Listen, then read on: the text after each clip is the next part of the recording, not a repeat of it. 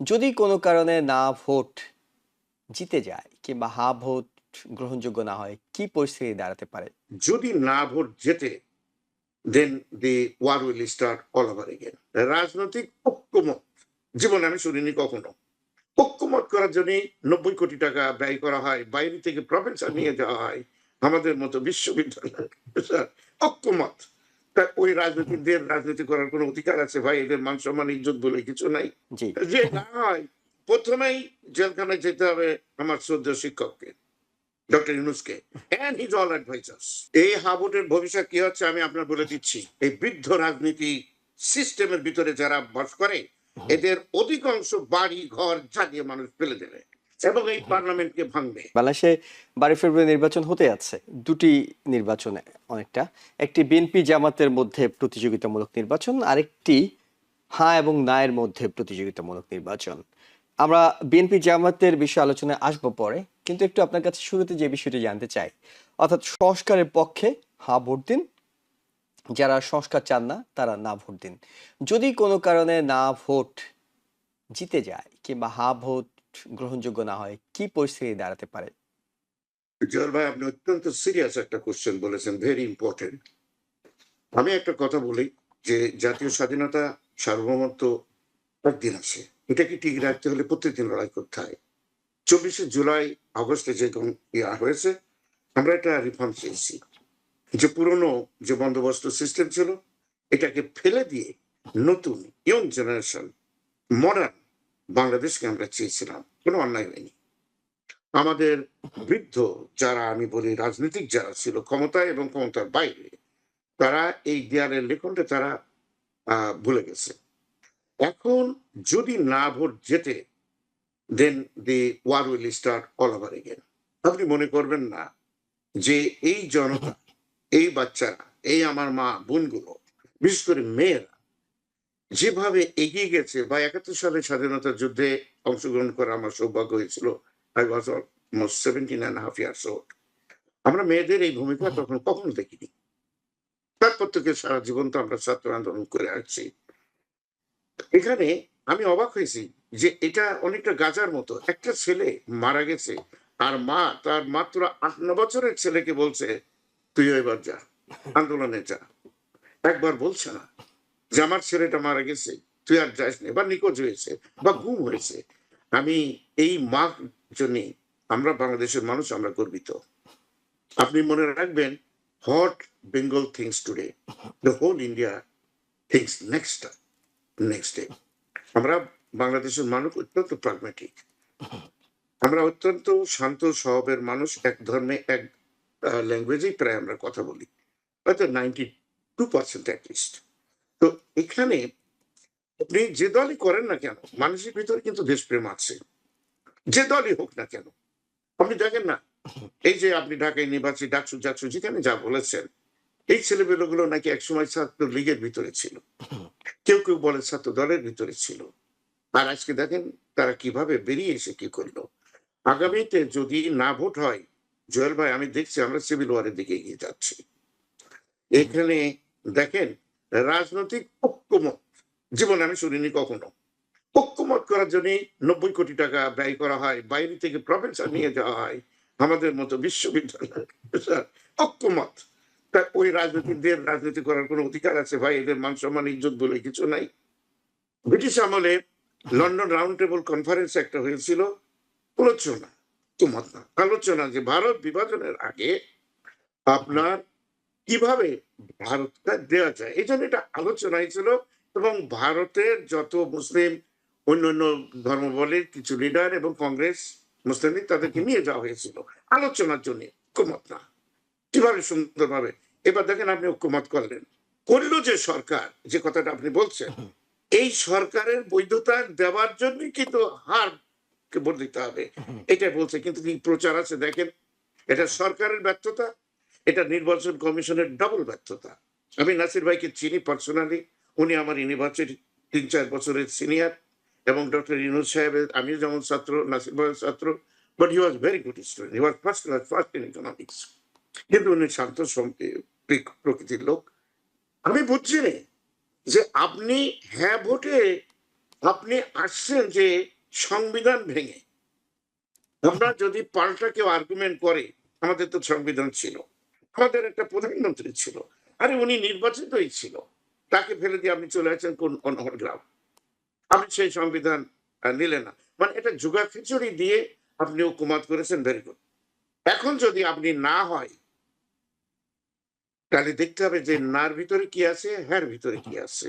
জি, যদি না হয়, যে আমি সরকার এই বর্তমান প্রশ্নটি আছে, আপনার কাছে জানতে চাই, যদি না জুয়েল হয়। ভাই, জি। যে না হয়, প্রথমেই জেলখানায় যেতে হবে আমার শ্রদ্ধেয় শিক্ষককে, ডক্টর ইউনুসকে, এন্ড হিজ অল অ্যাডভাইজার্স, এবং যারা নির্বাচন কমিশনের তারা, হুম, এবং অবৈধ ঘোষণা করা হবে আপনার যে পার্লামেন্ট নির্বাচন হবে। জয়েল ভাই, আপনি মনে করবেন না এটা অন্তর্বর্তীকালীন সরকার, আমি এটাকে বলি অস্থায়ী সরকার। ওকে। যেভাবেই হোক না কেন, এটা হুম, অস্থায়ী সরকার। This is not interim government. হুম, ইন্টারিম বলার কোন নাই, দুই গভর্নমেন্টের ভিতরে যখন আপনি চাপা পড়ে যান, স্যান্ডউইচ হন, আপনি বলেন interim government. This is not interim government. হুম, আপনি একটা রিভলিউশনের বিপ্লবী ইয়েতে আসছে, আপনি কতগুলো পাস, কিন্তু তার প্রচার প্রচারণা নাই। ওরা কখনো বের হয় না, অ্যাডভাইজাররা কত এলাকায় যায় না। কিছুদিন আগে গিয়েছে আসিফ নজরুল ভাই, আমার চেনা মানুষ, উনি যে দেখেন গলা ধাক্কা খেয়েছে, হুম, খাবেই তো। তারপরে দেখেন অ্যাডভাইজাররা যেগুলো হয়েছে, যে কথা আমি আপনার বলি, হুম, যে স্যার করেছে যতগুলো এনজিও লোক, ওনার বাড়ির পাশে হুম, হাঁটাচাঁটি, যেখানে আমাদের চিরাং ইউনিভার্সিটি, বাড়ির পাশে লোকজন, আত্মীয় স্বজন, এনজিও করেছে। চরে খুলনা, যশোর, কুষ্টিয়া, রংপুর, দিনাজপুর, ফরিদপুর। আমি জানি আতাউদ্দিন সাহেবের বাড়ি কোথায়, আলাউদ্দিন সাহেব, জি, ওনার বাড়ি নোয়াখালী। আমাদের আলাউদ্দিন সাহেবের বাড়ি কোন জায়গায় আমি জানি না। আমি যে ডিস্ট্রিক্ট গুলো, এটা বরিশাল, শরীয়তপুর, মাদারীপুর, ফরিদপুর, আপনি ওই অঞ্চলতে কাউকে রাখলেন না। আরে এই বর্তমান সরকারের তো সংস্কার করা উচিত। এটা তো কে লিখবে এটা? আর ওই ঐক্যমতের ভিতরে এটা দেওয়া উচিত ছিল, যে তুমি তোমার পারিবারিক সদস্যদের, এর আগে আপনি দেখেছেন জুয়েল ভাই, হুম, আগে যেটা একটা ছিল, হুম, ওটা হুম, সব ছেলেটি লোক ছিল, কিন্তু সেখানে আমরা ওই যে কি বলি, কি কি সরকার ছিল, আপনার নোয়াখালীর হচ্ছে হুম, এই ভদ্রলোক জেনারেল ছিল, কি এর নাম, আর হচ্ছে আমাদের একজন ইকোনমিক্স ছিল বাংলাদেশ ব্যাংকের, ওরা আত্মীয় স্বজন, সিলেটের ছিল হুম, চারজন। এই যে জিনিসগুলো করা, এখানে একটা সংস্কার আনা উচিত ছিল, যে যদি কখনো ভবিষ্যতে ইন্টারিম বলেন, হুম। বিপ্লবী বলেন, অস্থায়ী সরকার বলেন, তাতে যেন এইভাবে ঘটু করা না হয়। তো আমরা এটা খুব খারাপ অবস্থার ভিতর দিয়ে কিন্তু আমরা ইলেকশনে যাচ্ছি। আপনার বৈধতার জন্যই তো হ্যাঁ ভোটের দরকার। দেখেন আপনি ওকে, মানে 91 এ ওনাদের তো কিন্তু কোনো দোষ নেই, ওনারা তো অন্তর্বর্তীকালীন সরকার তো হ্যাঁ ভোটের পক্ষে রাষ্ট্রীয় অর্থ খরচ করে প্রচারণা চালাচ্ছেন। এখন আপনারা বিষয়টাও এইভাবে দেখেন, আপনি ম্যাডামের সময় দেখেন, যখন উনি সংসদে গণতন্ত্রে ফিরে আসে, হুম, আওয়ামী লীগ যখন দাবি করলো যে presidential form of government is not valid, this, উনি গণভোট দিয়েছিলেন, তার পক্ষে প্রচার করেছেন, হুম, এবং কেন ভালো এটা সব জায়গায় প্রচার হয়েছে ওনার লোকজন। আমি দেখছি বিএনপির কিছু লোক, তারা বলছে না আমরা ভোট দেবো না, আমরা না আমি ঠিক করবো। এই প্রশ্নটি আপনাকে করতে চাই। সেটি হলো যে জি, নির্বাচনী প্রচারণায় আমরা দেখছি সবাই তো সবার মার্কার পক্ষে ভোট চাইছে। কেউ ধানের শীষ, কেউ দাঁড়িপাল্লা, কেউ শাপলা কলি, নানা ধরনের, কেউ ঈগল, নানা ধরনের মার্কায় ভোট চাওয়া হচ্ছে।